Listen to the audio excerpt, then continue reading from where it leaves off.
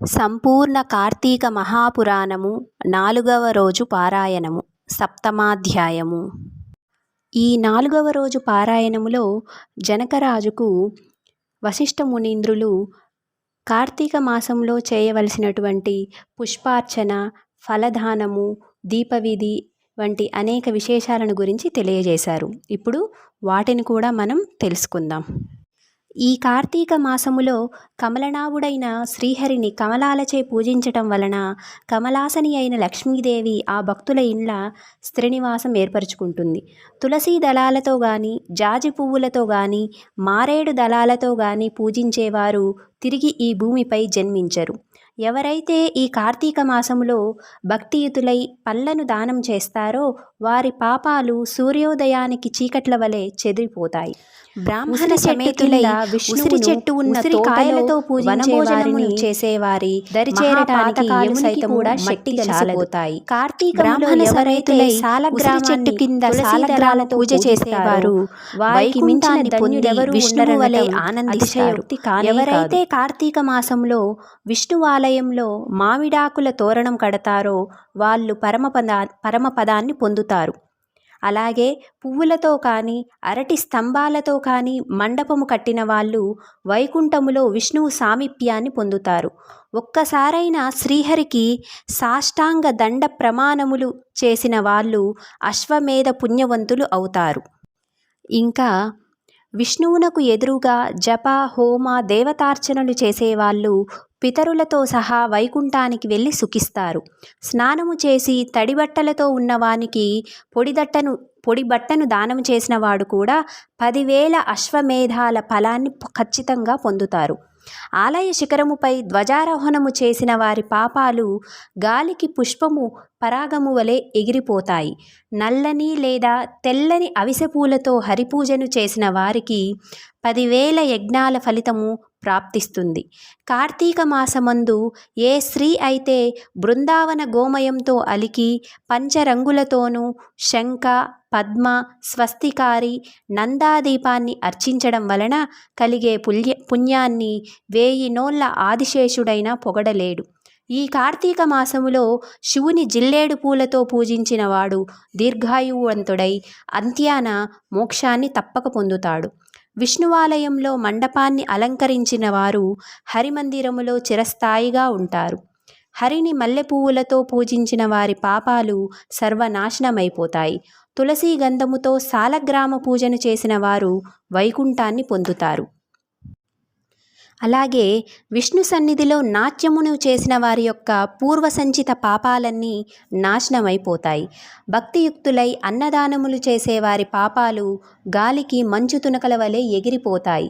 ప్రత్యేకించి కార్తీక మాసములో నువ్వుల దానము, మహానది స్నానము, బ్రహ్మపత్ర భోజనము, అన్నదానము ఈ 4 ఆచరించటం ధర్మముగా చెప్పబడుతూ ఉంది.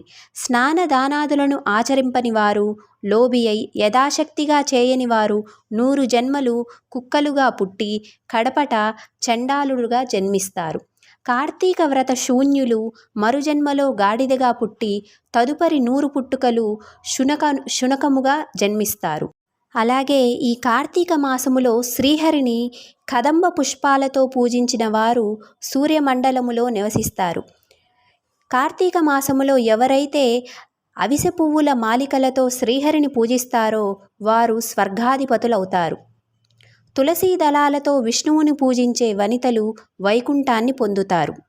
శ్లోకము: కార్తీకే భానువారే తు స్నానకర్మ సమాచరేత్. మాస స్నానేన యత్పుణ్యం తత్పుణ్యం లభతే నృప. ఆద్యేంతియౌ తిథౌ మధ్యమే చ దినే యః స్నానమాచరేత్. మాస స్నాన ఫలం తేన లభ్యతే నాత్ర సంశయః. ఈ శ్లోకము మనకు ఏం చెబుతుందంటే, కార్తీక మాసంలో ఆదివారం నాడు లేదా శుక్ల పాడ్యమి నాడు కానీ, పూర్ణిమ నాడు కానీ, అమావాస్య నాడు కానీ సంకల్పరహితముగా ప్రాతఃస్నానం ఆచరించడం వలన కూడా ఆ మాసమంతా స్నానం చేసిన పుణ్యం మనకు లభిస్తుంది.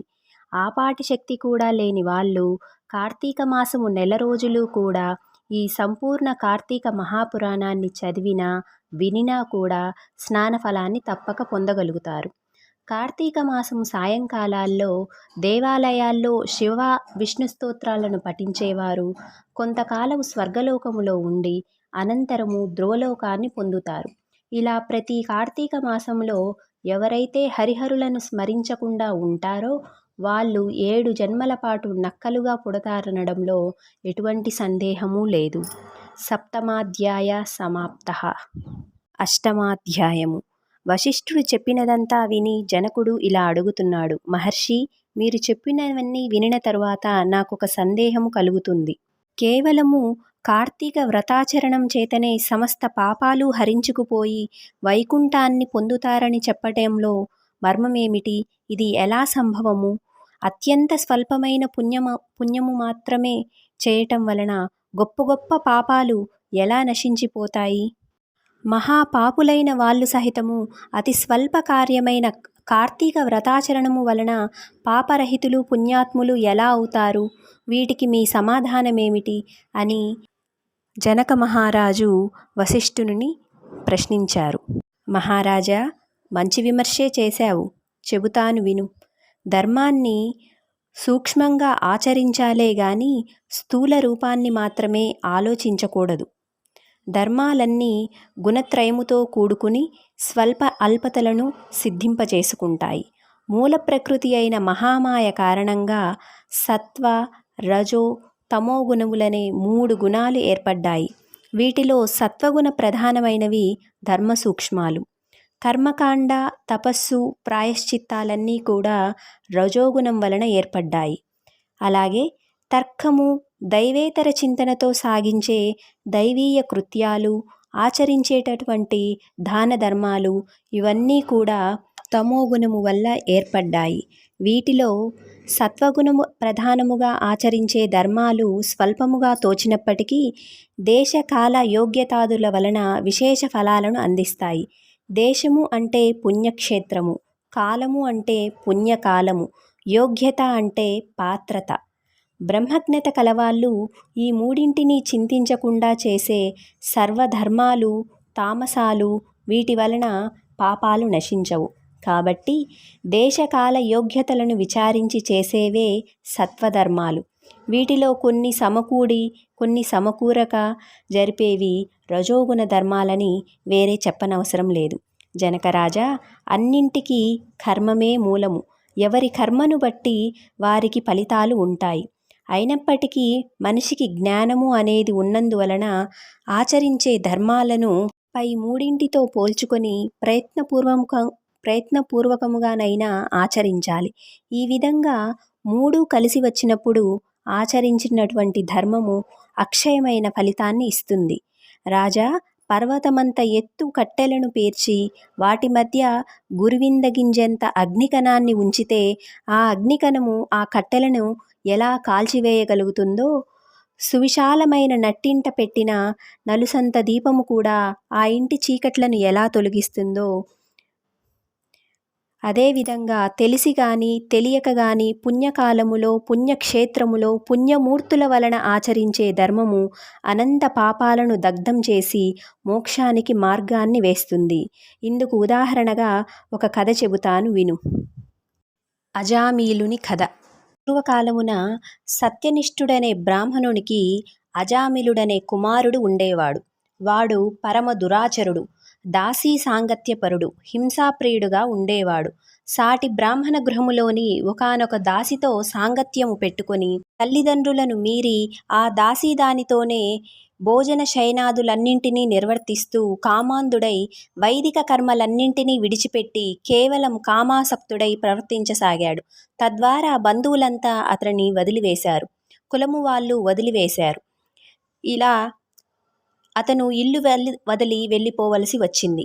అజామిలుడు చండాలపు వాడలోని ఒకానొక దాసీదానితో కాపురము పెట్టి కుక్కలను మృగాలను ఉచ్చులు వేసి పట్టుకునే వృత్తి గలవారితో లీనమై మధుమాంస సేవన లోలుడై కాలం గడుపుతుండేవాడు. ఒకానొక రోజున తన ప్రియురాలు కళ్ళు తాగడం కోసం తాటి చెట్టును ఎక్కి కొమ్మ విరగటం వలన కింద పడి మరణించింది. అజామిలుడు అమితంగా దుఃఖించాడు. అప్పటికే ఆ స్త్రీకి యవ్వనవతివైన కూతురు ఉండేది. అజామిలుడు మహాపాపాత్ముడవడం చేత ఆమె తన కూతురు వరుసని కూడా తలచకుండా ఆ పిల్లనే వరించి ఆమెతోనే కామోపభోగాలను అనుభవించసాగాడు. కాముకుడైన అజామిలుడు తన కూతురి యందే అనేక మంది బిడ్డలను పొందాడు. కానీ వారందరూ కూడా పసికందులుగానే కడతేరిపోయారు. చివరగా మిగిలిన బిడ్డకు నారాయణ అని నామకరణం చేసి అత్యంత ప్రేమగా పెంచుకోసాగాడు అజామిలుడు. తాను తింటున్నా, నిద్రిస్తున్నా, ఏం చేస్తున్నా సరే అన్ని వేళలా అతనినే స్మరించుకుంటూ నారాయణ నారాయణ అని పిలుచుకుంటూ తన్మయుడవుతూ ఉండేవాడు. కాలం గడిచి అజామిలుడు కాలం చేసే సమయం ఆసన్నమైనది. అతనిలోని భయంకర రూపులైన యమకింకరులు వచ్చారు. వారిని చూస్తూనే గడగడలాడిపోయిన అజామిలుడు ఆ ప్రాణావాసాన వేళ కూడా పుత్రవాత్సల్యాన్ని విరమించుకోలేక ఎక్కడో దూరముగా స్నేహితులతో ఆడుతున్న తన కుమారుడి కోసమై నారాయణ, ఓ నారాయణ, తండ్రి నారాయణ అని పలుమార్లు పిలవసాగాడు. ఆ పిలుపుతో అతని కొడుకు తన దగ్గరికి రాలేదు. కానీ చేరువకు వచ్చిన యమదూతలు ఆ నారాయణ నామస్మరణకు వెనుదిరిగి వెళ్ళారు. అదే సమయంలో అక్కడ ఆవిష్కృతులైన విష్ణుదూతలు, ఓ యమదూతలారా, అడ్డు తొలగండి, ఇతడు మాచే తీసుకొని వెళ్ళదగినవాడు, మీరు తీసుకొని వెళ్ళదగినవారు కాదు అని హెచ్చరించారు. విష్ణుదూతలను చూసి విభ్రాంతులైన యమదూతలు, అయ్యా, మీరెవరు? మా ప్రభువైన యమధర్మరాజు మాకు విధించిన ధర్మము రీత్యా తీసుకొని వెళ్ళనున్న ఈ జీవుణ్ణి మీరెందుకు తీసుకొని వెళుచున్నారు అని అడగటంతో విష్ణుదూతలు ఇలా చెప్పసాగారు. ఏవం శ్రీ స్కాంద పురాణాంతర్గత కార్తీక మహత్యే సప్తమ అష్టమ అధ్యాయౌ సమాప్తః. 4వ రోజు పారాయణము సమాప్తము. మీకు ఈ కార్తీక మాస 4వ రోజు పారాయణము నచ్చినట్లయితే దయచేసి ఈ వీడియోను లైక్ చేయండి, షేర్ చేయండి, అలాగే ఈ ఛానల్ను సబ్స్క్రైబ్ చేసి సపోర్ట్ చేయండి. Thank you for watching. Thank you for your time. Thank you all.